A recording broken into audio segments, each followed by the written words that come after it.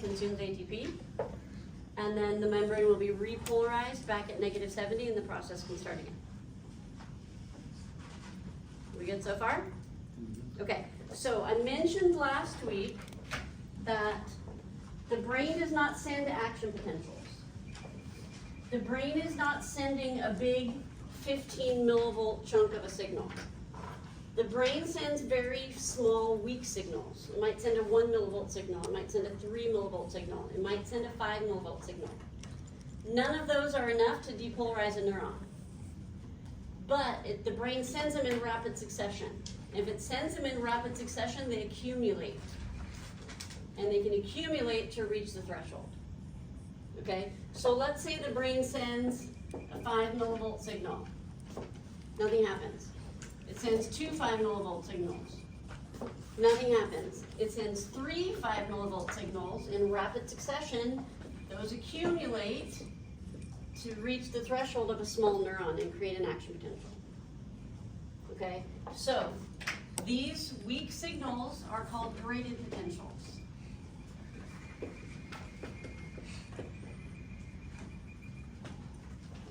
Graded potentials are weak signals sent by the brain. Graded potentials are weak signals sent by the brain.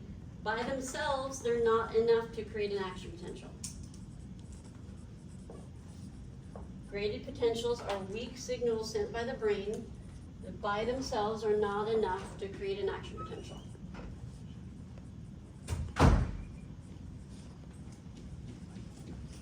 But if they're sent in rapid succession, they accumulate. The process of accumulating the graded potentials is called summation. Summation is the accumulation of graded potentials to create an action potential, or to reach the threshold of a neuron, you could say. Summation is the accumulation of graded potentials to create an action potential, or to reach the threshold of a neuron. We okay with this terminology?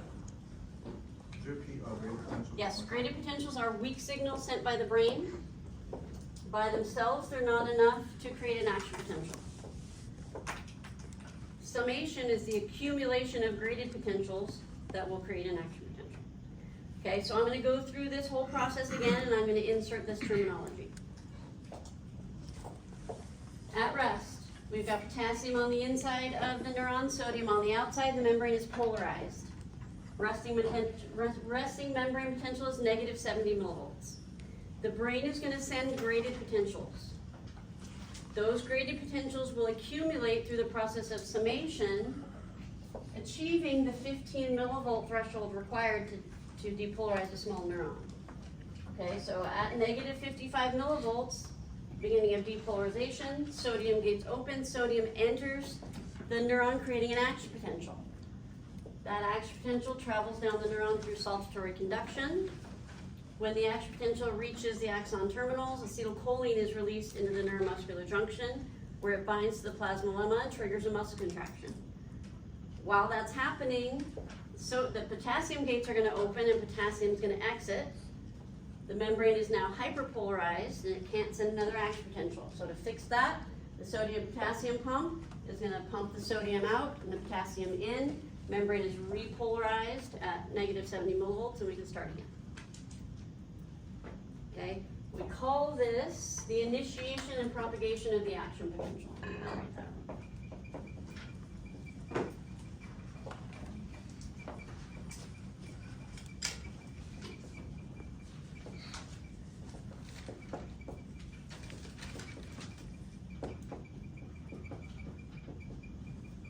Okay, initiation is like the creation of the action potential.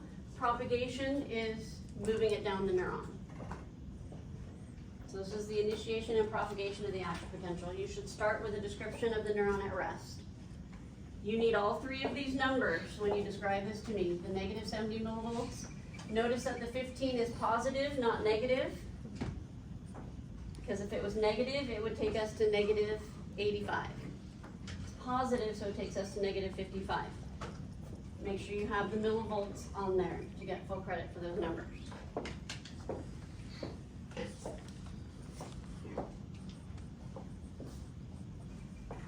Ready to move on? Okay. Next we go into sensory motor integration. So everything we've talked about so far has been motor. Signals coming from the brain through these neurons to the muscles. Now we're going to incorporate the sensory side where you have signals coming from your body towards your brain. Okay, so sensory motor integration is the integration between the sensory systems and the motor systems.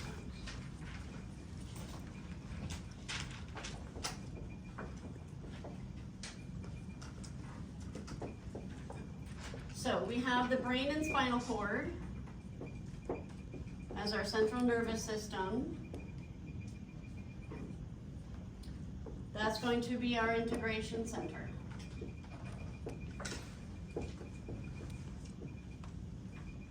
So everything we've been talking about so far has been signals coming from the brain through the spinal cord to your muscles. Those have been motor signals.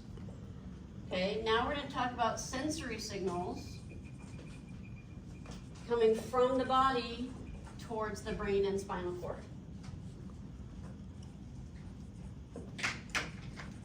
So in sensory motor integration, there's some kind of stimulus that's occurring in your body that takes it out of homeostasis. Your body needs to sense that and send that information in to the brain and spinal cord. The brain and spinal cord is going to interpret and analyze that information and send out some kind of motor response. Okay, so this is sensory motor integration. I'll describe it again. Sensory motor integration starts with a stimulus that takes our body away from homeostasis. Your body has receptors to sense that, and it sends that information in to the integration center, which is the brain and spinal cord, and then the integration center needs to decide on an appropriate motor response. Okay so far? Mm-hmm. Okay. If the response cancels the stimulus, that's called a negative feedback loop.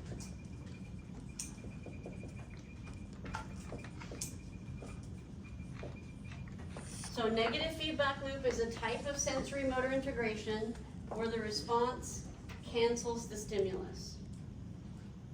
For example, if you go to stretch your hamstrings, you stand up, you put your foot on your desk, and you hinge forward to stretch your hamstrings, that's the stimulus. If your body responds by contracting your hamstrings, that's a negative feedback loop, because the contraction of the muscle is going to cancel out your effort to stretch it. Okay, so a negative feedback loop is a type of sensory motor integration where the response cancels the stimulus. If the response enhances the stimulus, that's a positive feedback loop.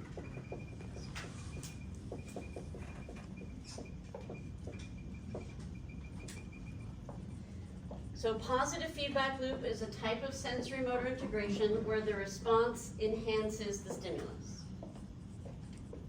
Positive feedback loop is a type of sensory motor integration where the response enhances the stimulus.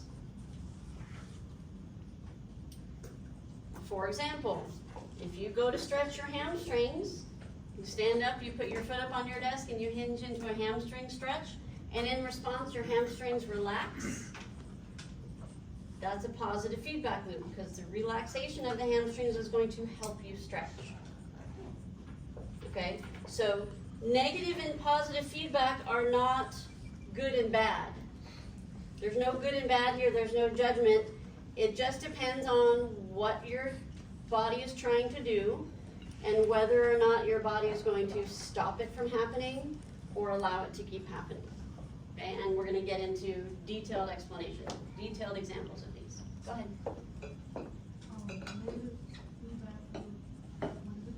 Negative feedback loop is a type of sensory motor integration where the response cancels the stimulus. So the whole purpose of that is to bring you back to homeostasis. Okay, a stimulus will always bring you out of homeostasis. So if we cancel the stimulus, that brings us back to homeostasis. If we enhance the stimulus, we stay out of homeostasis, but that's not always a bad thing. We okay on that terminology?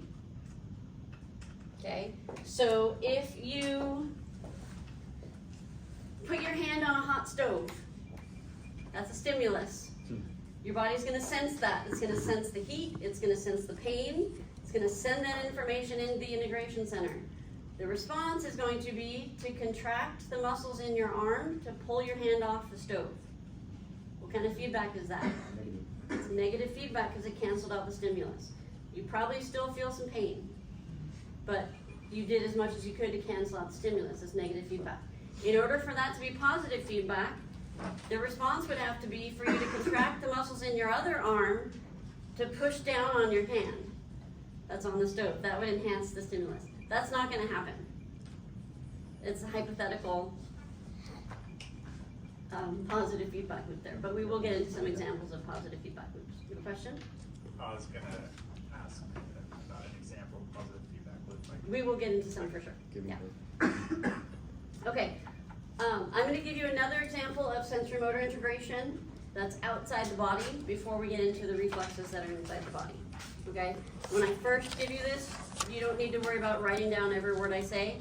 Listen to it first and try to get the overall concept, and then you'll get a chance to write the details.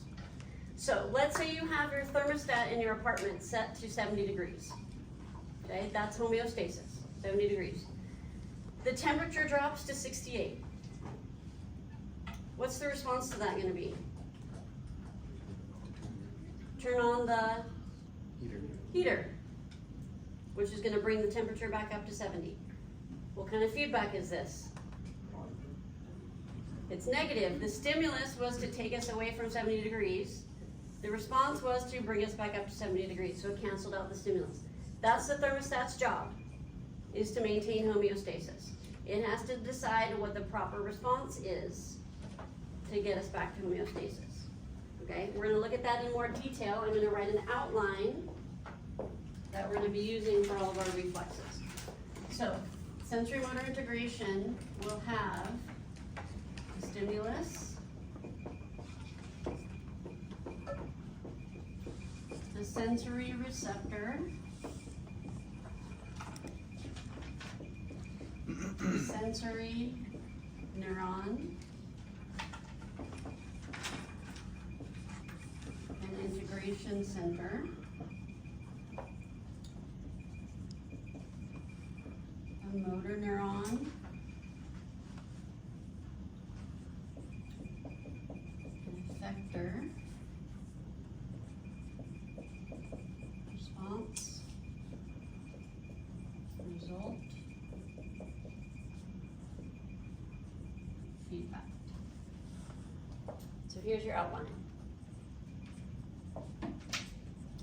Let's establish first that our thermostat is set to 70 degrees. Okay, that's our homeostasis. What was our stimulus? Temperature dropped to 68 degrees. What sensed that change in temperature? So there's actually, within this thermostat, there's a thermometer. Okay, thermometer checks temperature. So the thermometer at regular intervals is checking the temperature, right? If you have your thermostat set to 70 degrees, thermometer checks the temperature at 70 degrees, nothing happens. A minute later, it checks it again, 70 degrees, nothing happens. A minute later, it checks it again at 68. That's a stimulus. Thermometer's job is to send that information into the thermostat. Okay, so the integration center in this case is the thermostat. That's the computer. That's analogous to our brain. How is the thermometer going to send that information to the thermostat? What's analogous to our neurons here? The wires. Although nowadays it's probably Bluetooth, but the wires work better for my analogy. So the thermometer is going to send this information to the thermostat through wires. that are like our neurons. The thermostat's job is to decide what is the proper response. So we said it's gonna send a signal where? To the heater. So the heater in this case is our effector. An effector is what's receiving a signal from the integration center and causing a response. So that's our effector. How does the thermostat get information to the heater? Through wires. The wires that send information to the heater are not the same wires that send information to the thermostat. Wires can be, just like neurons can be either motor or sensory. The same neuron can't send signals in both directions. They're different wires. Okay, so we use wires to send information from the thermostat to the heater. What is the heater going to do in response to this signal from the thermostat? It's going to turn on, produce heat. The result is either going to be that it cancels the stimulus or enhances the stimulus. What is it in this case? Okay, canceling the stimulus. So what kind of feedback is it?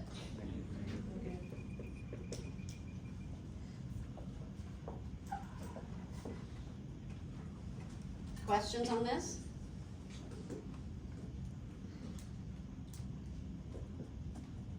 Okay, what if I do this? Thermostat is set to 70 degrees, but I'm going to change the stimulus. Instead of the temperature dropping to 68, I'm going to say the temperature is rising to 72. What is that going to change in this process? It's got a heater for the effector. It would not It's be going to change the effector. Where is it going to send a signal now? to the cooling system. To the AC. Is this still negative feedback or is it now positive? It's still negative. The thermostat is 70 degrees, temperature rises to 72, so we turn the AC on, brings the temperature back to 70. Either way, it's bringing us back to homeostasis. That's the thermostat's job, is to maintain homeostasis. Depending on what the stimulus was, it made a different decision on where to send its signal. Okay, that's the integration center's job. What is the proper signal to do what I'm trying to do? My job is to maintain 70, so I have to decide to activate the heater or activate the AC. Okay, to make this positive feedback, your thermostat is set to 70, temperature rises to 72, so the heater turns on. Then it's going to rise to 75. That's positive feedback, but that's a malfunction of the thermostat because the thermostat's job is to maintain homeostasis, so that's never going to happen. But in the body, sometimes we'll want that to happen, which we're going to get into right now. Any questions on this? Yes? So on the example, will you have us want us to provide an example of negative or a positive I'm going feedback to give you the examples right now Okay. of the positive and negative feedback. Is the response always to turn on a certain system, or is it ever like to turn off the systems? Say, like, In the turning off the thermostat heater. example, okay, that's a great question. So in the thermostat example, what will happen is, so let's say, so the thermometer is checking the temperature like every minute. Okay, so we're set to 70 degrees, temperature of 70 degrees. Thermostat takes the temperature, 70 degrees, nothing happens. Takes the temperature at 70 degrees, nothing happens. Takes the temperature at 68. Heater turns on. Checks the temperature again at 68, heater stays on. Checks the temperature again at 69, heater stays on. Checks the temperature again at 70 degrees, turns the heater off. So in that case, yes, it would stop sending a signal to the heater when it's at the temperature it wants. Otherwise, the temperature would keep rising. Great question. Any other questions on this?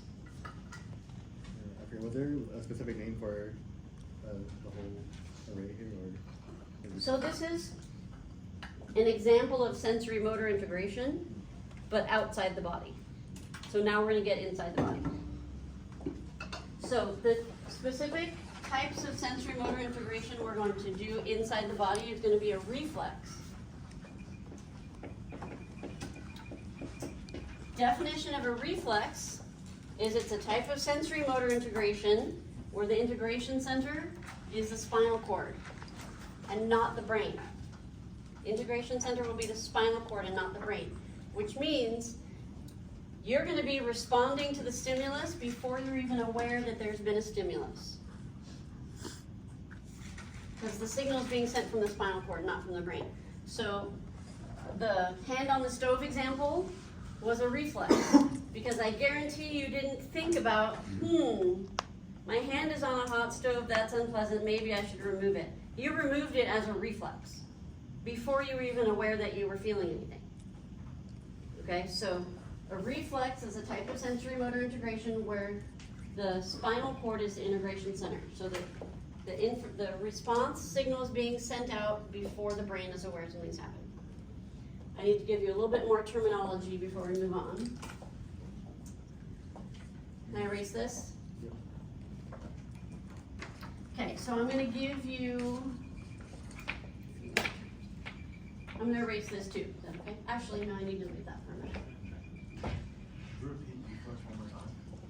Reflex is a type of sensory motor integration where the spinal cord is the integration center. So it's an automatic response that's sent out before the information gets to the brain. So, a couple more terms I need to add here.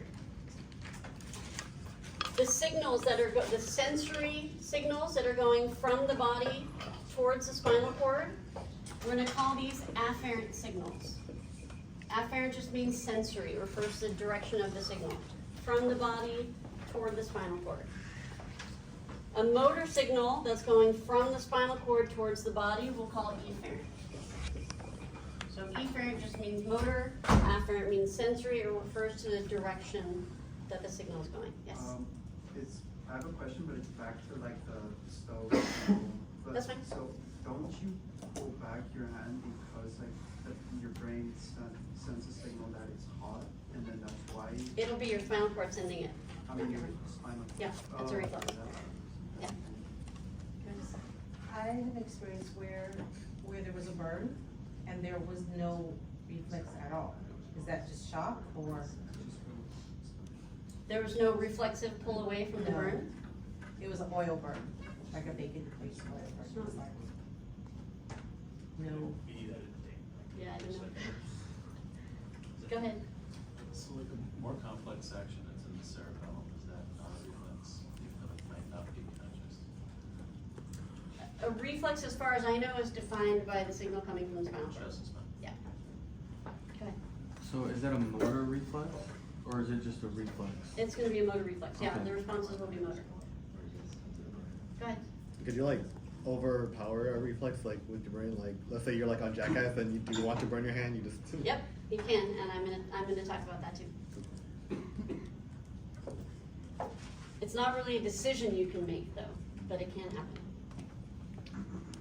Okay, more terminology. We have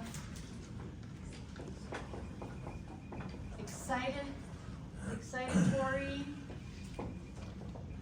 post-synaptic potential, or EPSP.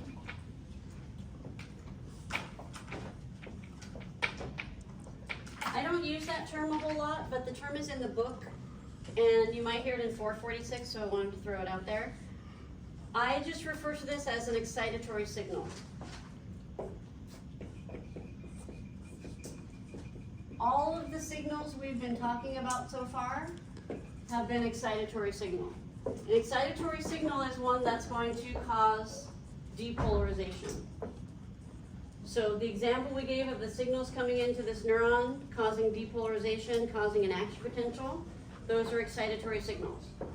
So excitatory signals cause depolarization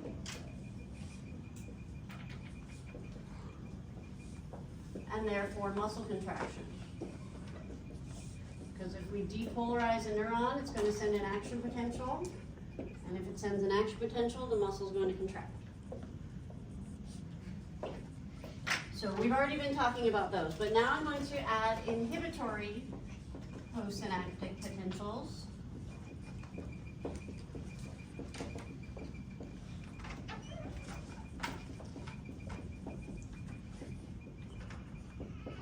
PSPs, which I just usually call inhibitory signals.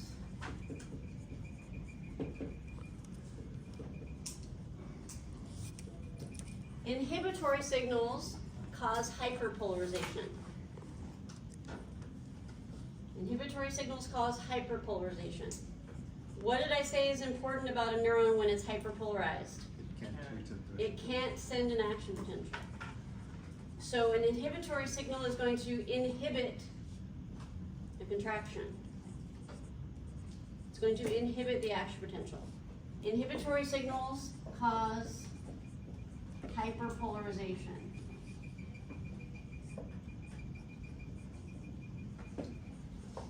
Which will cause muscle relaxation.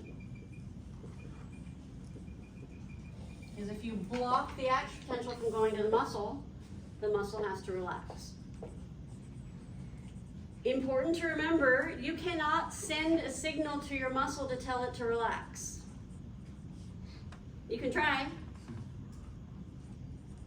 If you send a signal to your muscle, signal means action potential. If you send an action potential, it causes contraction. You cannot send an action potential to a muscle to tell it to relax. What you can do is block the neuron from sending action potentials. Then if the muscle is not getting any action potentials, it will relax. Okay? So an inhibitory signal is going to hyperpolarize the neuron and block it from sending action potentials, therefore causing the muscle to relax. Go ahead. Does it have any relation to like cramping and all that? So cramping is more of, it has to do with overaction of the muscle spindle, which we're going to get to in a minute, but it's not the same thing. So it blocks it from running? Blocks it from sending an action potential, forcing it to relax, causes the muscle to relax. And we're going to get into examples of these in a minute. Last thing I need to give you before we get into the reflexes is our sensory receptors. Because you have to remember also that neurons don't sense anything. Neurons just send information. So we have sensory receptors that sense the different things that are occurring in our body, and they use neurons to send the information to the spinal cord. So I'm going to name some sensory receptors for you. We have photoreceptors. What do you think those sense? Light. So these are in your eyes. We have thermoreceptors. What do you think those sense? heat, temperature. Yeah, change in temperature.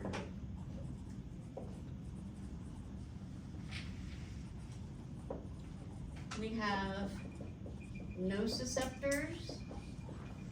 Anybody know what those sense? Pain. Pain, those are your pain receptors. It is nociceptors, not nocireceptors, by the way.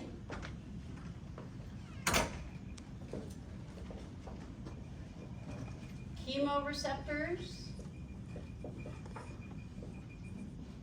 Chemoreceptors can sense chemical changes in your blood. Chemoreceptors sense chemical changes in your blood, for example, oxygen levels, hydrogen levels, carbon dioxide levels, things like that.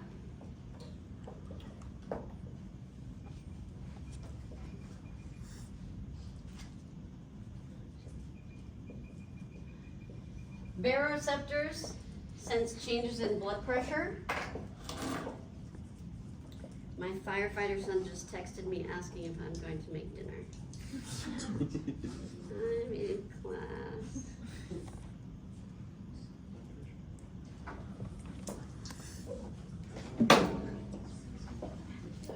At least he didn't call me, usually he calls me. Baroreceptors sense changes in blood pressure. Professor? Yes. For the baroreceptor, just real quick, so like, there's like a point in the neck here, like if you like press it, is that like, it can like, if you apply too much pressure, it can cause someone to faint? Like, is that like a change, is that like a baroreceptor?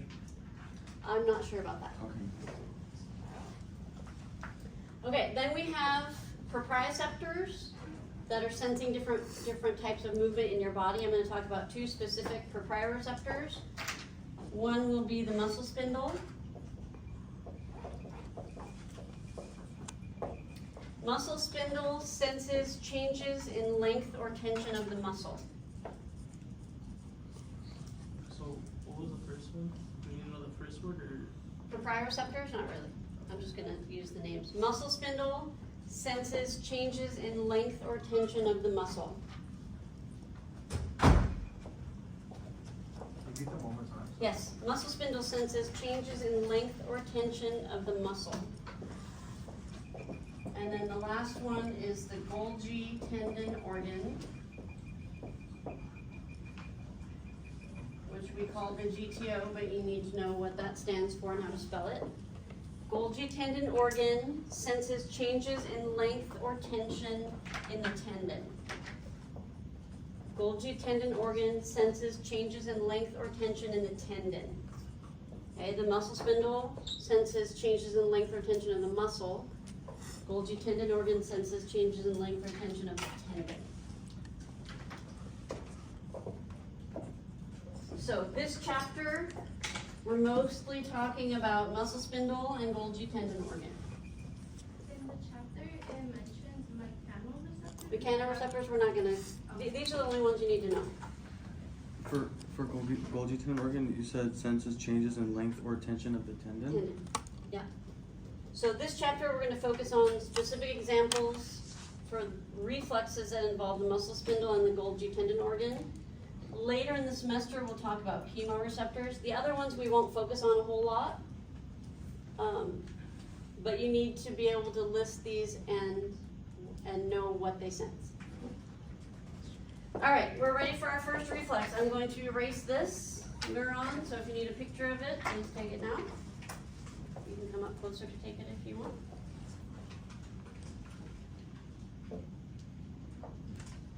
I'm sorry, what's the asterisk by the, Muscle spindle, no, what, for the asterisk, what are the asterisks for? that just means we're gonna be focusing on those. Okay, You guys can come up closer to take photos. I don't know how well they work from back there.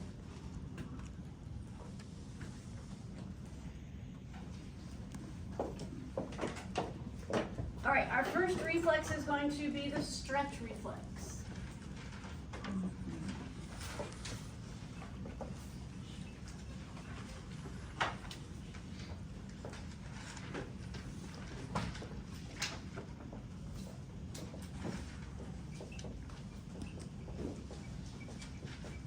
I'm gonna give you big picture when the stretch reflex occurs, why it occurs, and then we'll go into the detail of the process of how it occurs.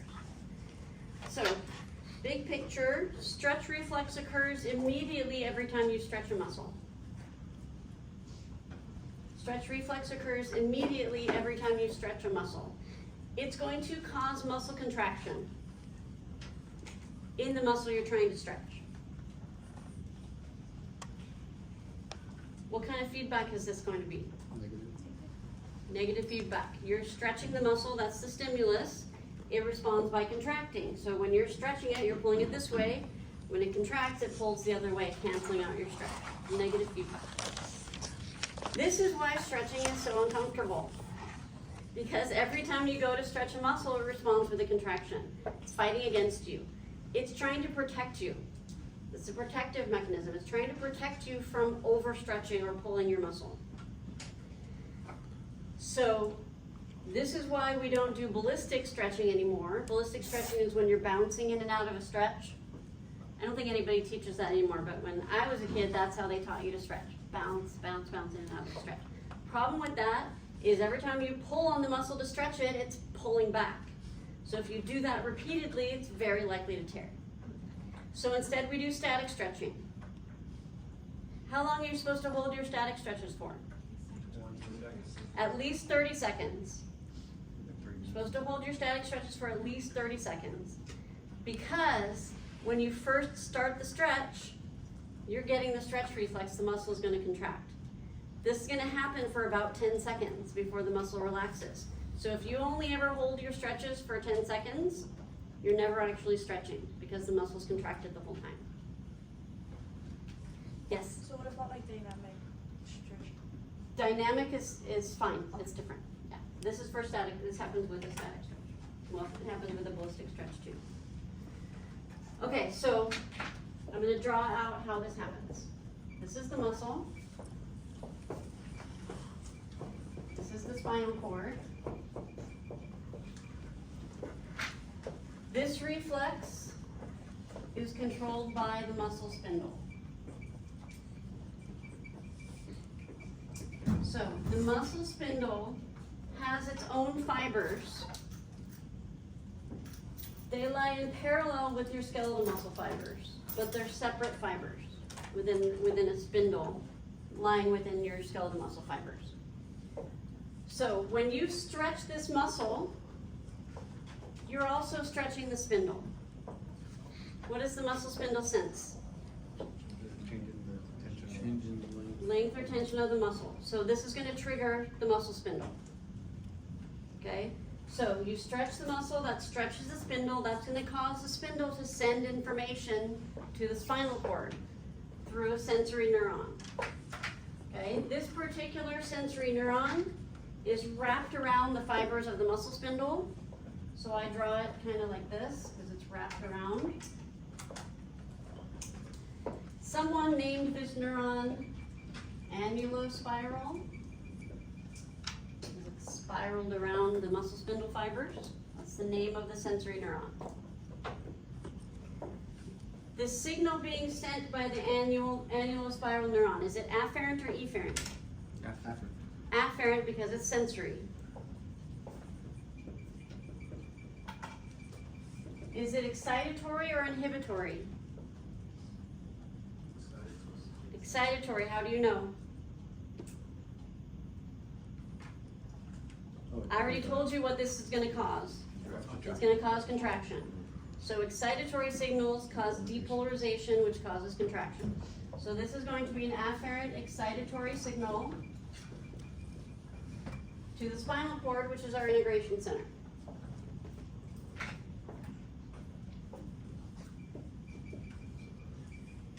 In the spinal cord, we have the alpha motor neuron that controls this muscle that we're trying to stretch.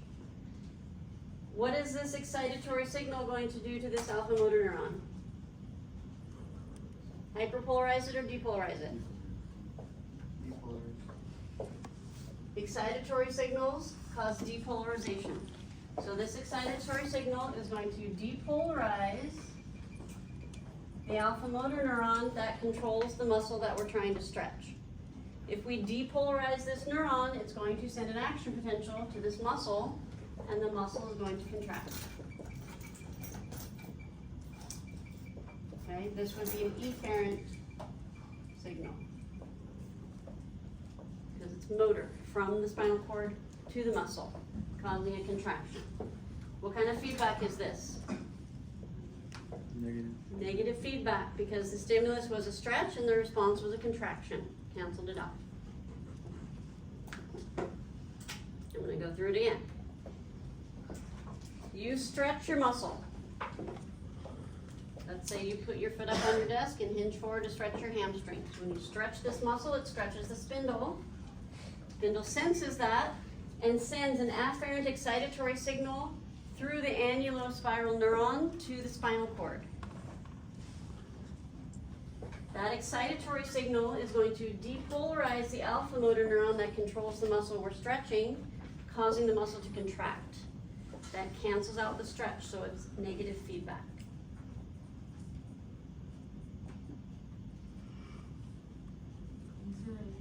Yes. When you stretch a muscle, that stretches the muscle spindle. That's going to cause the muscle spindle to send an afferent excitatory signal through the annulospiral sensory neuron to the spinal cord, which is the integration center. That excitatory signal is going to depolarize the alpha motor neuron of the muscle you're trying to stretch, causing it to contract. That cancels out your stretch. It's negative feedback. It's trying to protect you.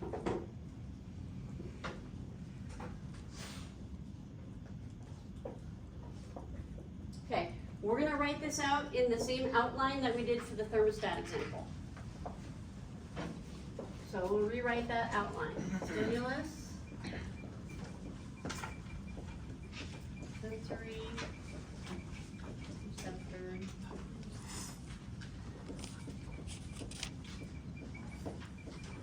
neuron,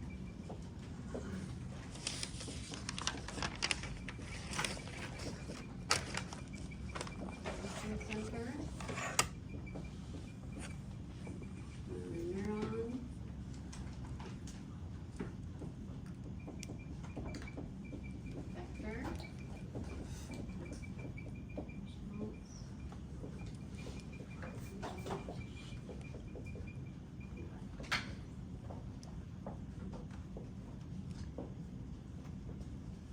For the stretch reflex, what is the stimulus? Stretching the muscle. Any stretch. Sensory receptor? Muscle. Spindle.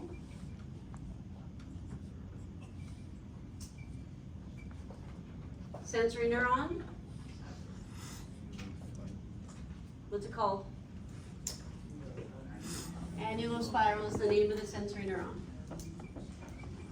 Annulospiral sends what kind of signal? Afferent excitatory signal to the integration center, which is what?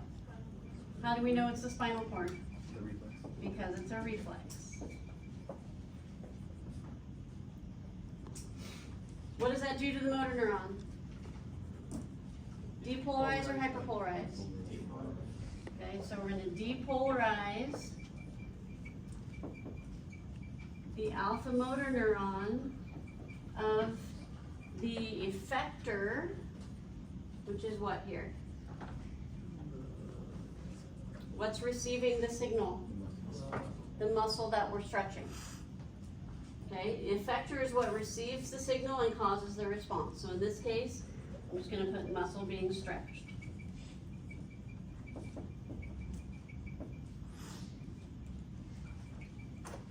Depolarize the alpha motor neuron of the muscle being stretched. How does that muscle respond to its neuron being depolarized? It's gonna contract. Muscle contraction. Okay, the result is either going to be cancel the stimulus or enhance the stimulus. Cancel stimulus. What kind of feedback is this?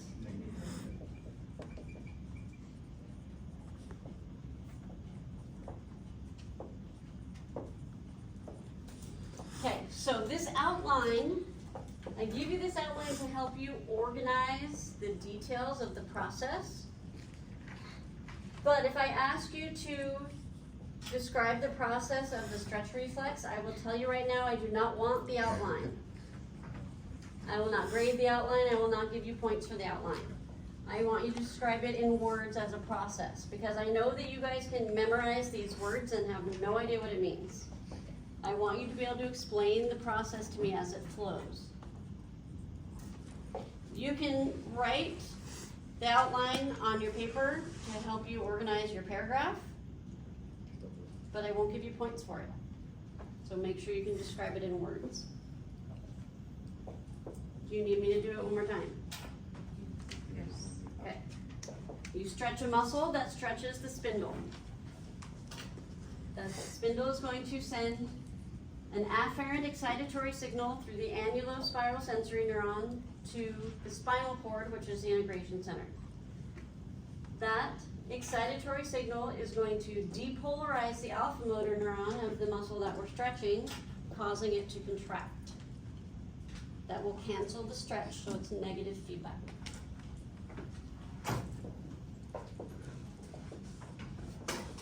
Questions? Okay, I've got 3 more reflexes for you. Let's take a break. Stretch your legs, clear your head, get a drink. Specifically stretch stimulus, because we're going to have another autogenic inhibition with a contraction stimulus in a minute.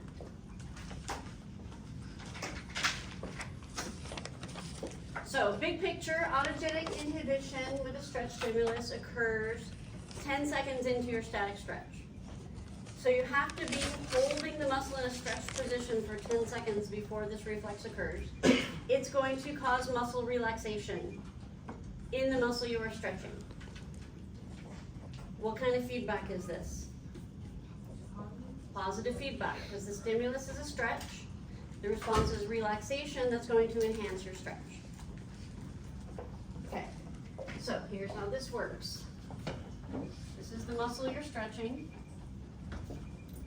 This is the spinal cord. This reflex is controlled by the Golgi tendon organ, which is over here in the tendon.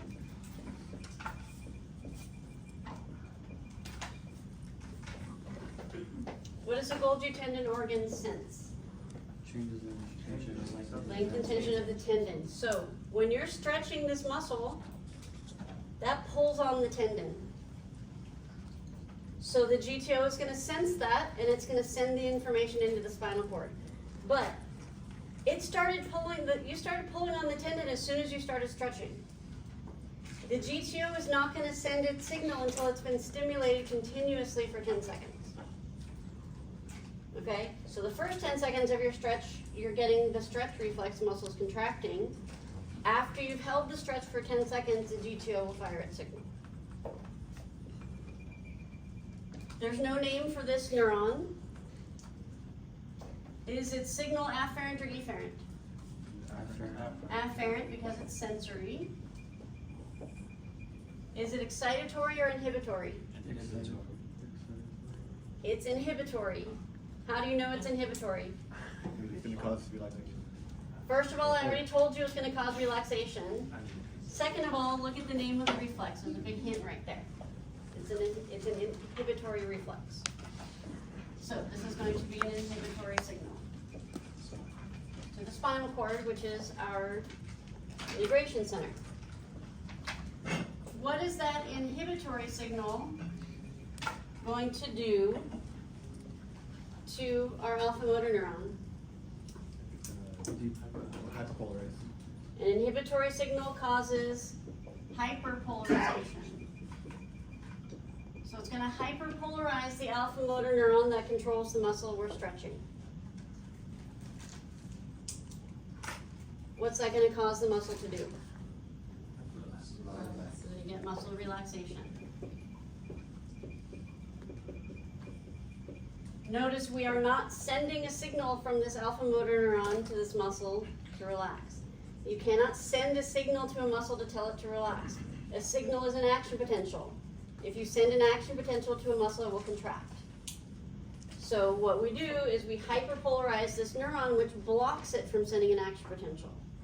So if it's not sending an action potential, the muscle will relax. What kind of feedback is this? Positive feedback, because we started with a stretch and we responded with relaxation. That helps us stretch. Okay, I'm going to go through it again. You're holding a static stretch. That's pulling on the tendon.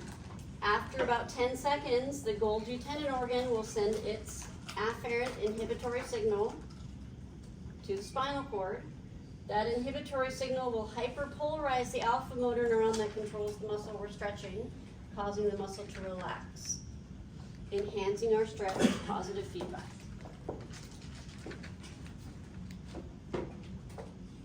Questions?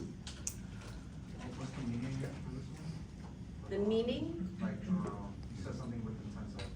I said something with, I'm sorry. Like something 10 seconds, like right? Oh, static stretch. You're holding a static stretch for 10 seconds. So the only difference between this one and the stretch reflex is that it's blocking the possibility of the action potential. It is. I wouldn't say that's the only difference because it's a different sensory receptor and a different signal. Okay. But yeah, go ahead. Does it also respond to like the amount of stretch, like how hard the stretch is? No. So this would be again to happen after the 30-second mark? This happens after about 10 seconds. 10 seconds. Which is why you're supposed to hold your stretch for 30, because if you only hold it for 10, you never get the muscle to relax. Go So ahead. stretch reflex always happens first, and then Yes. after 10 seconds, apology. Yes, there is a way around that, which we're gonna get to next week. Go ahead. So why 10 seconds? Like, how come it doesn't happen like immediately? Well, this is a protective mechanism. So you kinda have to convince the GTO to trust you, which is gonna happen on the next reflex too. The GTO has to trust you in order for it to help you. So holding the stretch for 10 seconds convinces the GTO, okay, I'll let you stretch, and it relaxes the muscle. The muscle spindle is trying to protect you. Go ahead. Did you say the process of the timing? You want me to go through it again? Okay, so you're holding a static stretch for 10 seconds. That will stimulate the GTO, sends its afferent inhibitory signal to the spinal cord. Because it's an inhibitory signal, it will hyperpolarize the alpha motor neuron that controls the muscle you're stretching, causing the muscle to relax. If you relax the muscle you're stretching, that enhances your stretch, positive feedback. Okay, I'm gonna write it out in the outline. I'm gonna use my same outline, I'm just gonna erase the blue. You guys should rewrite your outline.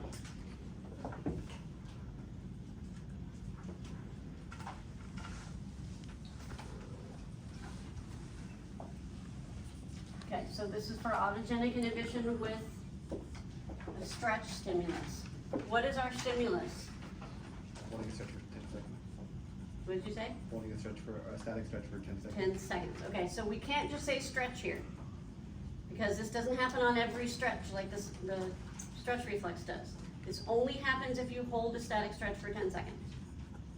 Okay, so also I'm very detail oriented, if you haven't noticed already. So if you say this reflex happens 10 seconds after a static stretch, what that means to me is you do your static stretch and then you walk away and 10 seconds later the reflex hits. That's not what's happening. You're in the stretch. You've been holding the stretch continuously for 10 seconds. That will activate this reflex. Okay, hold on 1 second. So I'm gonna put 10 seconds into a static stretch.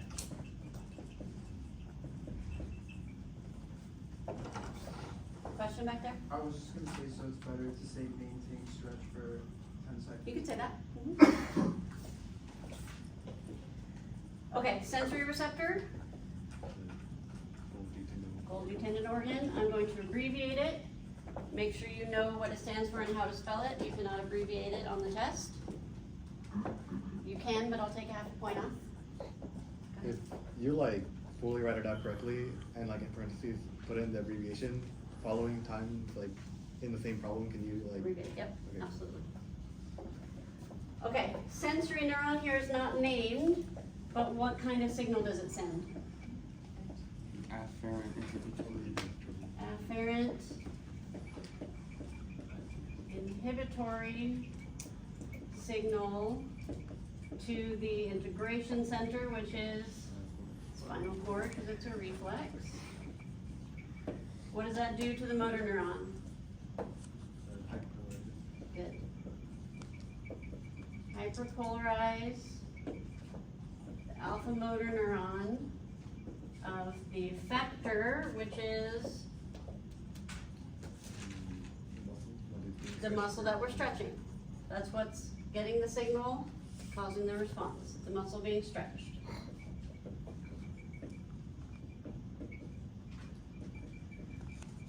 How does the muscle respond to its neuron being hyperpolarized? Muscle relaxation. Result? Cancel or enhance? Enhance.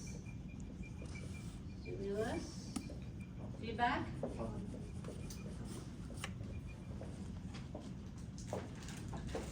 So that reflex and that reflex both happen after 10 seconds. No. The GTO will overpower the spindle. Great question. So we're gonna put these together in a second. Questions on this one? So, you need to understand and be able to explain these reflexes individually, but you also need to understand that they're connected. Okay, this is the same stretch and the same muscle. So, I could ask you, for example, describe two reflexes that are occurring during a 30-second static stretch. You'd start with the stretch reflex and then you'd get autogenic inhibition. So I'm going to draw them together on the same muscle. Okay, this is going to be a separate drawing. I don't want you to do it on those because I want you to have those separately. But this is one of our hamstring muscles and we stretch it for 30 seconds. We're going to go through two reflexes. So, as soon as we stretch this muscle, The muscle spindle is going to respond. What neuron is it going to use? Annulospiral to send what kind of signal? Afferent excitatory. Sends an afferent excitatory signal to the spinal cord.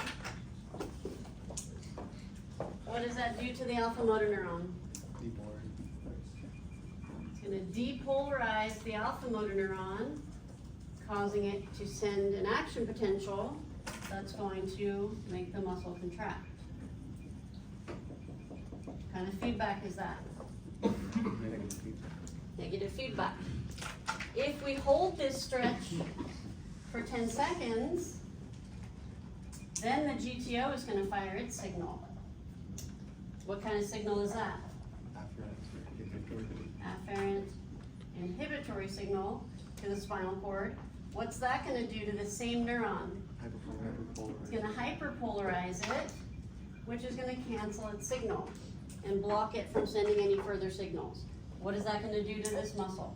Relax. Okay, this is all happening in the same muscle. And this is really cool because this is something you can feel. I want you to try this. If not tonight, at least try it before I see you next week. It's easiest to feel on the hamstrings because most of us have tight hamstrings. If you put your foot up on something, go into a hamstring stretch, get to the point where it's uncomfortable. It's uncomfortable because the muscle's contracting. Stay in it. After about 10 seconds, you will feel the muscle relax and you'll be able to go another inch or two into your stretch. It's pretty cool. Go ahead.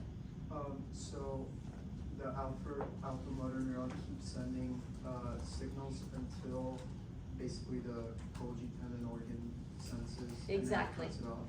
Exactly. The stretch reflex is going to run on a continuous loop until the GTO shuts it down. So, I want you to notice also, the brain is not involved in this reflex either, because the signal is being sent from the spinal cord. This is the same muscle, the same stretch is being sensed by the muscle spindle and the GTO. The muscle spindle is more sensitive. The muscle spindle, as soon as it senses something, is going to send its signal.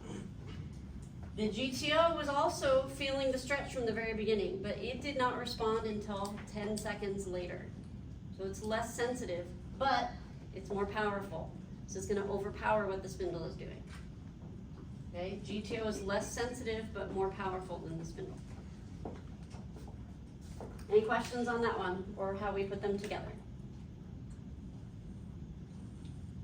Okay, got two more reflexes. I'm going to put the next one over there. So if you need a photo of the stretch reflex, please take it now. You're welcome to come up closer.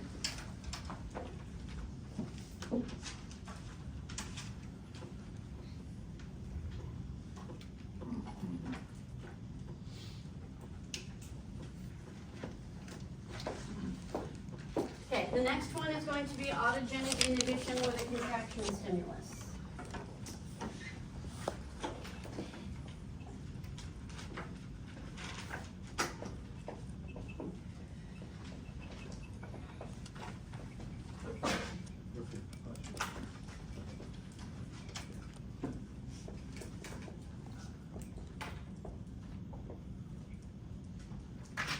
Autogenic inhibition with a contraction stimulus. Big picture, this reflex occurs during a maximal contraction. So when you're trying to lift something very heavy, you're trying to produce a very forceful contraction. This is going to cause relaxation in the muscle that you're trying to contract. What kind of feedback is this? Negative feedback. This is muscle failure. This reflex causes muscle failure. This reflex determines what your 1 rep max is. You guys know what I mean by 1 rep max?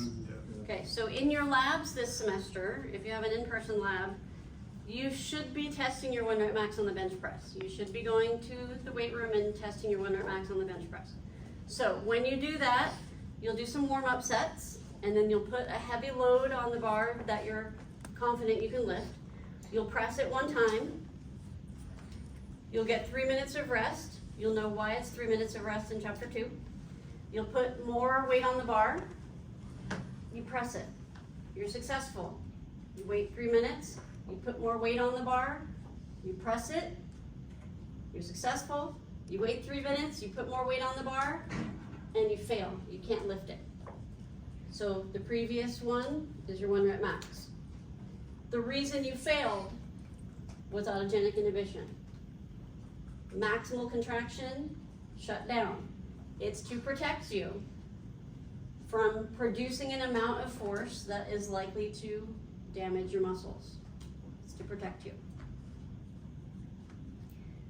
This kind of muscle failure is different than if you're in the SRC doing your bench press workout and you're repping out your bench press and you do your 8th rep and you struggle on your 9th rep and you fail on your 10th rep. That's not this reflex.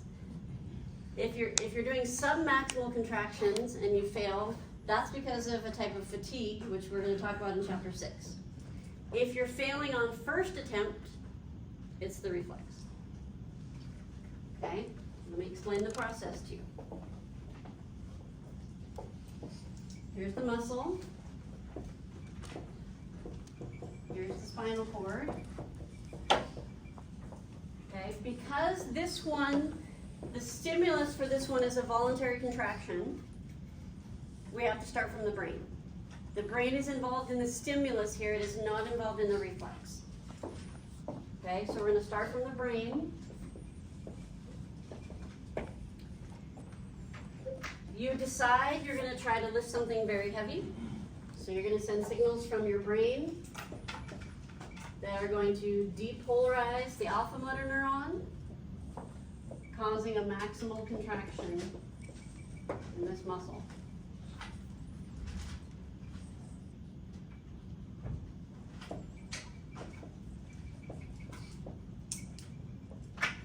Okay, this reflex is controlled by the Golgi tendon organ, over here in the tendon.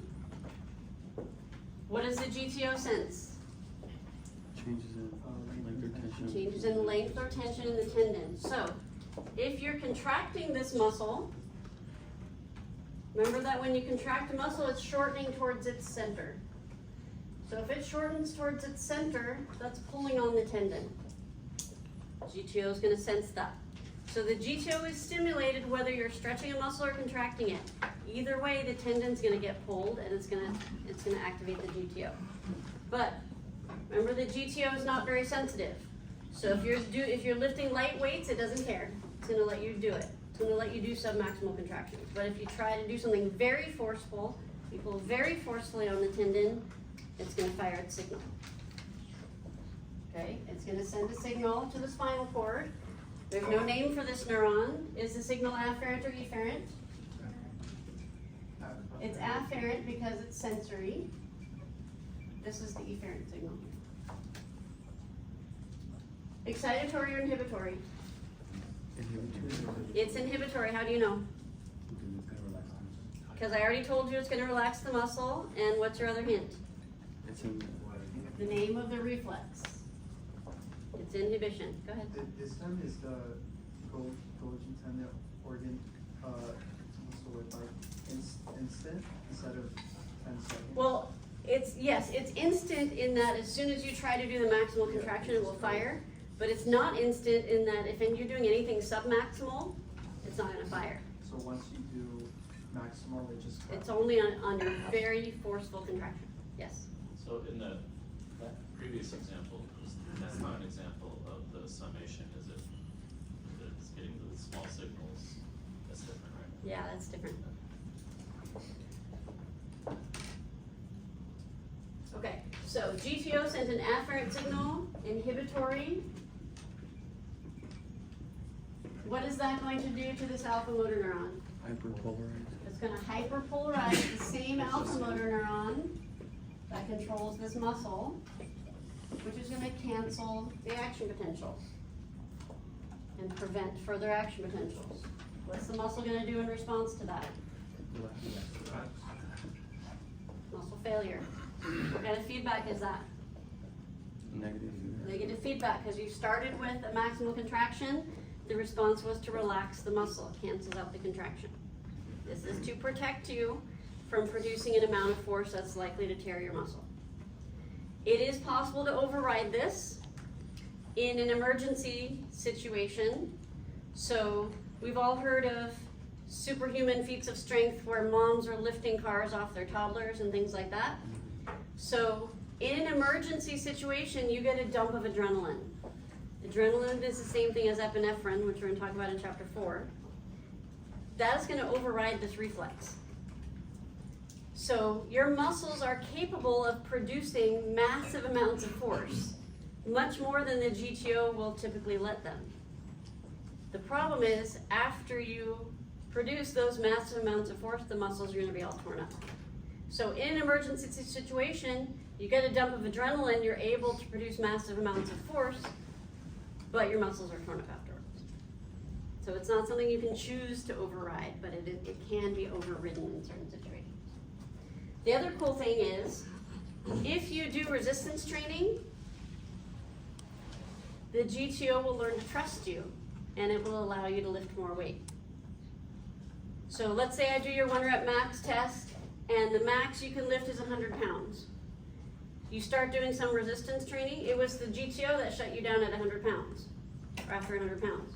You do some resistance training, and you go back to do your 1 rep max testing, you're gonna be able to lift more than 100 pounds. You haven't gotten bigger, but you've convinced the GTO to trust you with more weight. So that's one of the ways you get stronger without getting bigger, by making the GTO less sensitive. Pretty cool. We'll talk about more of that in chapter 10 or 11. So it just gets comfortable with the weight? Yeah, it learns to trust you and allow you to lift more weight.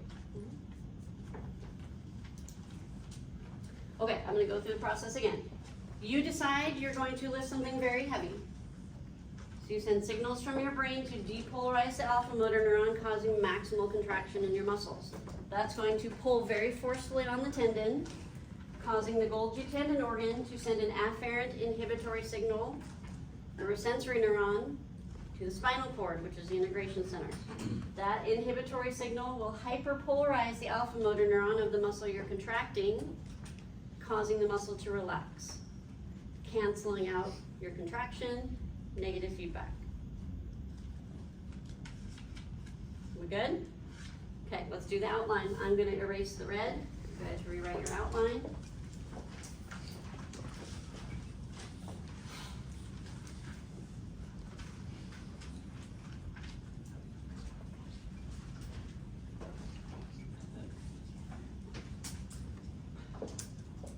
Okay, so this is autogenic inhibition with a contraction stimulus. What's the stimulus?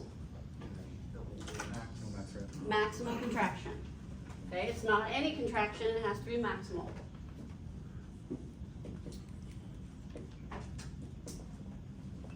Okay, that's what goes in the outline, but if I ask you to explain the process to me, you need to start at the brain. Brain is sending signals to depolarize the alpha motor neuron, causing a maximal contraction. Okay, that's part of why I don't want the outline, because it doesn't have all the information. Sensory receptor.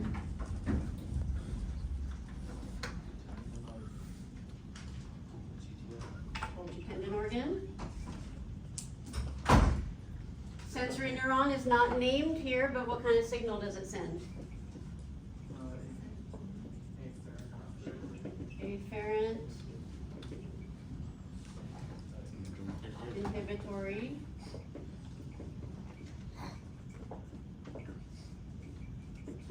to the integration center, which is what? Spinal cord, because it's a reflex. What is this inhibitory signal going to do to the alpha motor neuron?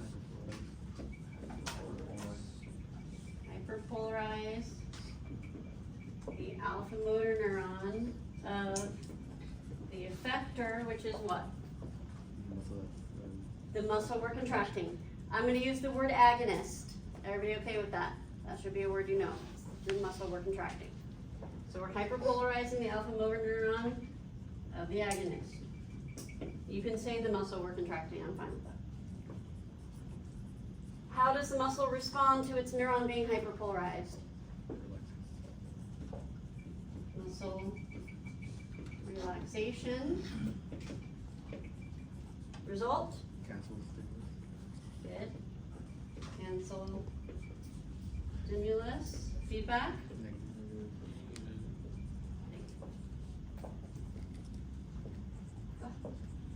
But for the response, you want us to be more specific, right? Like we should say cancels action potential, which causes muscle relaxation. You can in your description, yeah. This is just an outline. Right. But we can't just be like the response is muscle relaxation.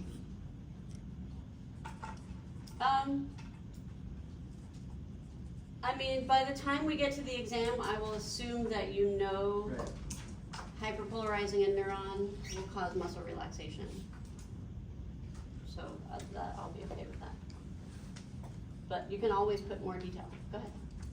You said, how do you start with the brain to Brain is going to send signals to depolarize the alpha motor neuron, causing a maximal contraction.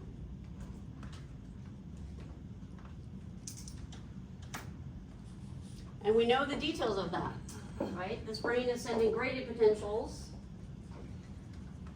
that are going to reach the threshold, cause the sodium to enter, creating an action potential. We know the details of that. I'm just generalizing it for now because we're focusing on something else. Other questions for this one? We have one more. Okay, I'm gonna put this one over here, so if you need a photo of this, please take it.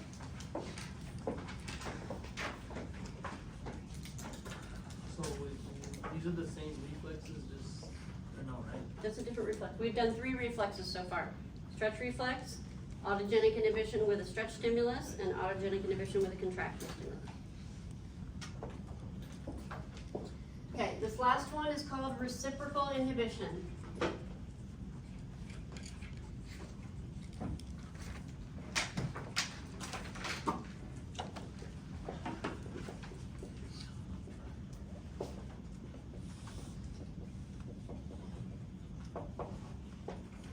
Reciprocal inhibition. Big picture, reciprocal inhibition occurs with every voluntary contraction. Reciprocal inhibition occurs with every voluntary contraction. Every time you contract a muscle, you activate this reflex. It's inhibition, so it's going to cause muscle relaxation. Is it going to cause relaxation in the muscle you're contracting? If it did, you wouldn't be able to get out of bed. Because every time you try to contract a muscle, it would relax. What does reciprocal mean? The opposite. Reciprocal in math is when you flip a fraction over. Reciprocal means opposite. Reciprocal inhibition is going to cause relaxation in the antagonist. So when you contract your biceps, your triceps will relax. Is this going to be positive feedback or negative feedback? Positive. Positive. So what that means is, when I contract my biceps, the relaxation of my triceps is helping me get a full contraction in my biceps, right? It's not gonna cancel my bicep contraction. It's gonna assist my bicep contraction. So when I contract my biceps, triceps are relaxing. This is why you can't work opposing muscles in the same exercise. You can't. Except maybe if you're doing isometric contractions, maybe you could. But generally, you can't work opposing muscles in the same exercise. So if I'm walking through the SRC and I see Joe doing his back squats with the bar, and I say, hey Joe, what muscles are you working in your back squats there? And he's gonna panic a little bit and he's gonna say, quads and hamstrings. And I'll say, really, can you work your quads and hamstrings in the same exercise? I didn't know that. You can't. Because they're opposing muscles. When you contract your quads or hamstrings, you're gonna relax. You can work your quads and glutes in your squat, now your hamstrings. When you contract a muscle, the opposing muscle, the antagonist, will relax to help you contract the agonist.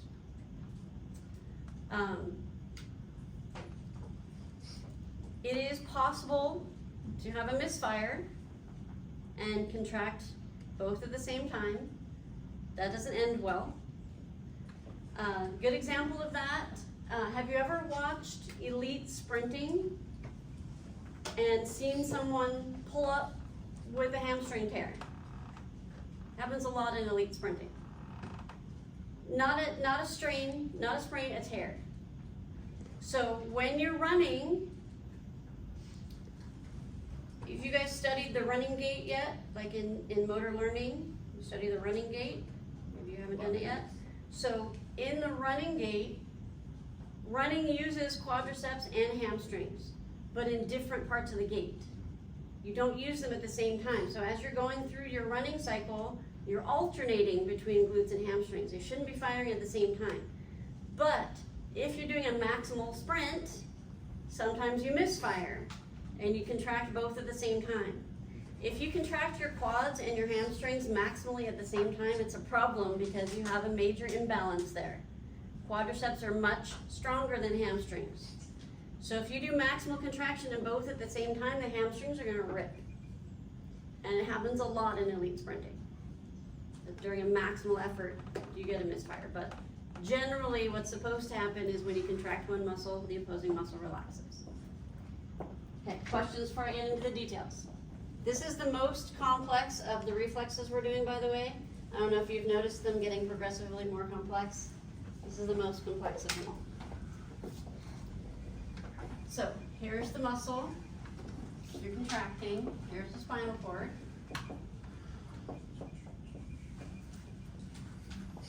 So, this stimulus is during a voluntary contraction. So where do we have to start from? Brain. The brain. Again, the brain is not involved in the reflex. The brain is involved in the stimulus. So we'll start from the brain.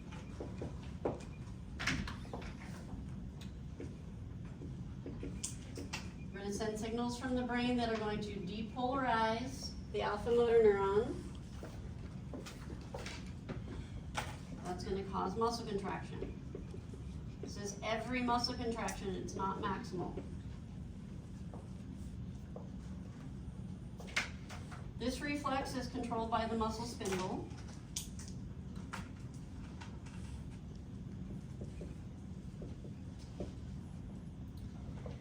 So remember I said the muscle spindle has its own fibers.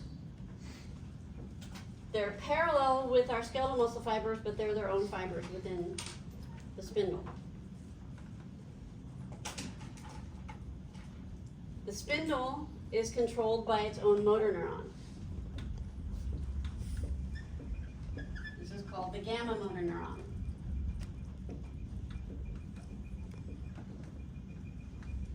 Gamma motor neuron innervates the muscle spindle fibers.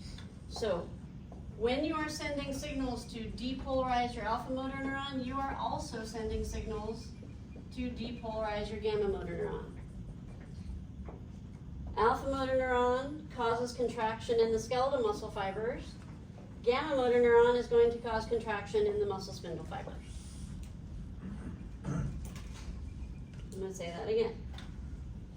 Every time you contract a muscle, you're sending signals from your brain to depolarize the alpha motor neuron and the gamma motor neuron at the same time. Alpha motor neuron will cause contraction in the skeletal muscle fibers. Gamma motor neuron will cause contraction in the muscle spindle fibers. Okay? The muscle spindle fibers don't have contractile proteins in the middle. They only have contractile proteins on the edges. So the gamma motor neuron innervates the edges of the muscle spindle. So the edges of the muscle spindle contract. When the edges of the muscle spindle contract, that stretches the middle. So if you think about, if I have a rubber band stretched between my thumbs as the muscle spindle fibers, and then I contract at the edges shorten toward their own center, what's happening to the rubber band between my thumbs as I contract the edges? It's being stretched. right? Because my thumbs are moving towards my other finger. So the contraction at the edges of the muscle spindle fibers causes a stretch in the center. And that's what's gonna trigger it to send its signal. I'm gonna go through it again. When you want to contract a muscle, you're gonna send signals from your brain to depolarize the alpha motor neuron and the gamma motor neuron at the same time. Alpha motor neuron causes contraction in our skeletal muscle fibers. Gamma motor neuron causes contraction in the edges of the muscle spindle fibers, which stretches the center. Okay? Please don't tell me that the gamma motor neuron causes the spindle to stretch. A motor neuron cannot cause a stretch. A motor neuron is sending action potentials that cause contraction. Okay, so the gamma motor neuron is a motor neuron. It's sending action potentials that cause contraction in the edges of the spindle. That causes a stretch in the center. Okay so far? Okay, that's going to cause the muscle spindle to send its signal. This reflex is going to use a different sensory neuron. It's not going to use annulospiral. Annulospiral was specific to the stretch reflex. This is going to use a different sensory neuron. This one is not wrapped around the spindle, so I'm going to just draw it straight. This one, somebody named flower spray. I don't know why. Flower spray is the name of this sensory neuron. Is the flower spray signal afferent or efferent? Afferent because it's sensory. Is it excitatory or inhibitory? It's inhibitory. How do you know? The name, inhibition, and also I told you it's going to cause relaxation. So this is an afferent inhibitory signal to the spinal cord. It's an inhibitory signal, so it's going to cause hyperpolarization. Is it hyperpolarizing this alpha motor neuron? No. Is it hyperpolarizing this gamma motor neuron? No. What's it hyperpolarizing? The alpha motor neuron that controls the antagonist. I guarantee you it's a different alpha motor neuron controlling your biceps and your triceps. It's not possible for them to share a motor neuron. So this signal is going to hyperpolarize the alpha motor neuron that controls the antagonist muscle. And how is the antagonist muscle going to respond to its neuron being hyperpolarized? It's going to relax.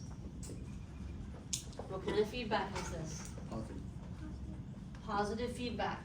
The relaxation of the triceps enhances the contraction of the biceps. The relaxation of the antagonist enhances the contraction of the agonist. Okay, I'm going to go through it again.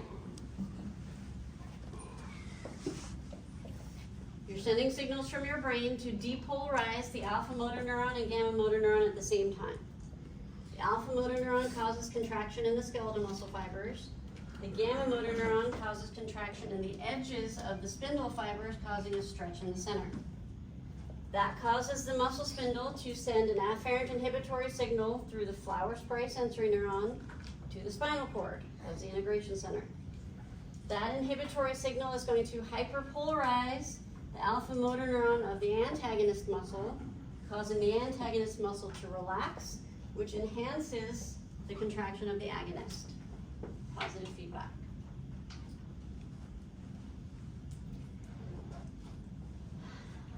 I know this one's a lot. If you are thoroughly confused and in a bit of a panic right now, I will tell you you're not alone. Okay? I think these reflexes are the hardest thing that I teach in this class. And this is the hardest reflex. So, in my opinion, this is the hardest thing I'm going to teach you this semester. So, if you're lost and confused, it's okay. You're not alone. You're going to study it and practice it and you're going to get it. Okay, but I know it's a lot. I'm going to go over it again. This occurs every time you contract a muscle. Every time you send signals from your brain to depolarize the alpha motor neuron, you're also sending signals to depolarize the gamma motor neuron at the same time. Alpha motor neuron causes contraction in our skeletal muscle fibers. Gamma motor neuron causes contraction in the edges of the muscle spindle fibers, which is going to stretch the center of it.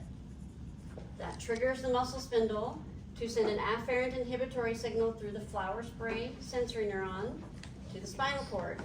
That inhibitory signal is going to hyperpolarize the alpha motor neuron of the antagonist, causing the antagonist to relax, enhancing the contraction of the agonist, positive feedback. Okay, if we step back and look big picture, when I contract my biceps, my triceps relax to help me. When I contract my quads, my hamstrings relax to help me. Let's do the outline.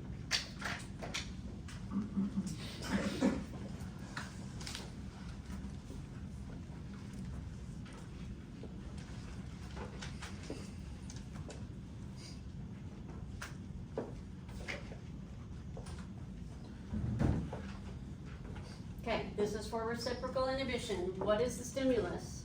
Contraction of the agonist. Every voluntary contraction.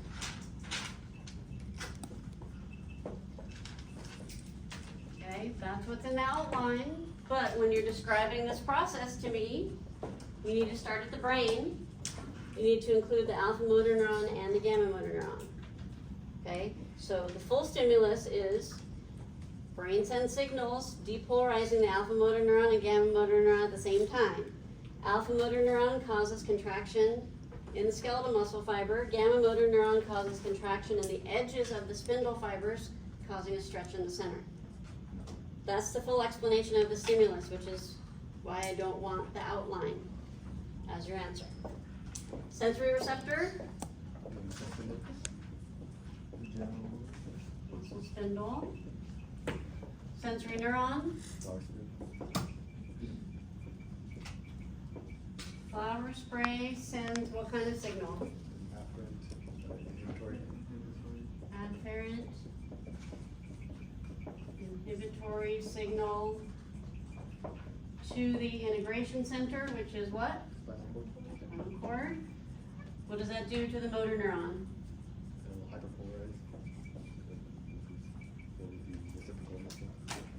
Hyperpolarize the alpha motor neuron of the effector, which is what? The antagonist. How does the antagonist muscle respond to its neuron being hyperpolarized? Muscle relaxation. Result? Enhance. Stimulus. Feedback?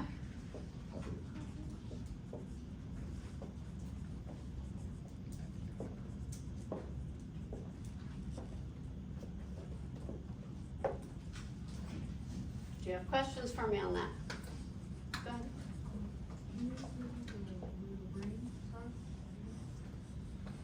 Brain sends signals depolarizing the alpha motor neuron and gamma motor neuron at the same time.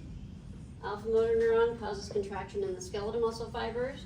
Gamma motor neuron causes contraction in the edges of the spindle, stretching the center, triggering it to send its signal. Anything else? Okay, we did 4 reflexes. Quick review. Stretch reflex. When does it occur? Immediately every time you stretch a muscle. What's its sensory receptor? Muscle spindle. What's its sensory neuron? Annular spiral. And what does that reflex cause? Depolarization and muscle contraction. So what kind of feedback is it? Negative, because we started with a stretch and we responded with contraction. Okay, autogenic inhibition with a stretch stimulus, when does that occur? 10 seconds into the static 10 seconds into your static stretch. What sensory receptor is responsible? GTO. And what's it going to cause? An afferent. Inhibitory. Okay, so the muscle is going to relax. What kind of feedback is that? Positive, because we started with a stretch, responded with relaxation, so it helps. Okay, autogenic inhibition with a contraction stimulus, when does it occur? Maximal contraction, sensory receptor, GTO, and it's gonna cause muscle relaxation, 'cause it's inhibitory. What kind of feedback is it? Negative feedback, because you started with a maximal contraction, you responded with relaxation, so it's gonna cancel it. Reciprocal inhibition, when does it occur? Voluntary.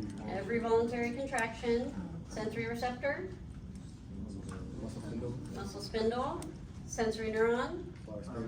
flower spray, and it's gonna cause muscle relaxation in the antagonist. So what kind of feedback? Obvious feedback, okay. So if you understand big picture first, then you can put in the details of the process of how it happens, okay? Couple things I wanna point out. We had 2 reflexes involving the Golgi tendon organ. Both of them are inhibitory, but one of them is positive feedback and one of them is negative feedback. They're both inhibitory because they're both sending inhibitory signals that cause hyperpolarization and muscle relaxation. If we start from a stretch, that's gonna be positive feedback because the relaxing the muscle is gonna help the stretch. If we started from a contraction, it's gonna be negative feedback because the relaxation is gonna cancel the stretch. We had 2 reflexes that used the muscle spindle. One used annulospiral and it was excitatory. One used flower spray and it was inhibitory. Muscle spindle is very sensitive. It responds immediately when you stimulate it. Golgi tendon organ is less sensitive. It's either gonna wait until you've been holding your stretch for 10 seconds or it's going to wait until you do a maximal contraction before it sends its inhibitory signal. Go ahead. You said that one is also more powerful, right? The GTO is, yes, less sensitive but more powerful. Yep.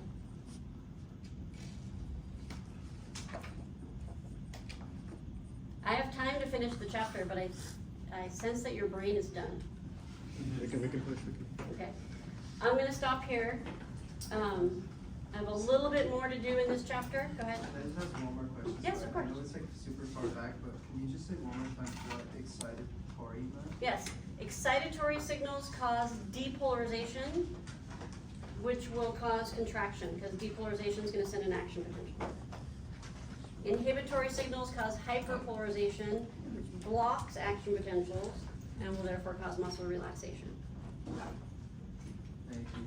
So, you should have taken your chapter 1 quiz by this morning. Hopefully everybody did that. So we haven't finished chapter 3 yet, so don't take the chapter 3 quiz yet. We'll finish chapter 3 next week, and we'll start chapter 2 next week, which is my favorite chapter, so I'm excited. I'm a little worried about you guys because on our review of last week's material, you were really, really hesitant.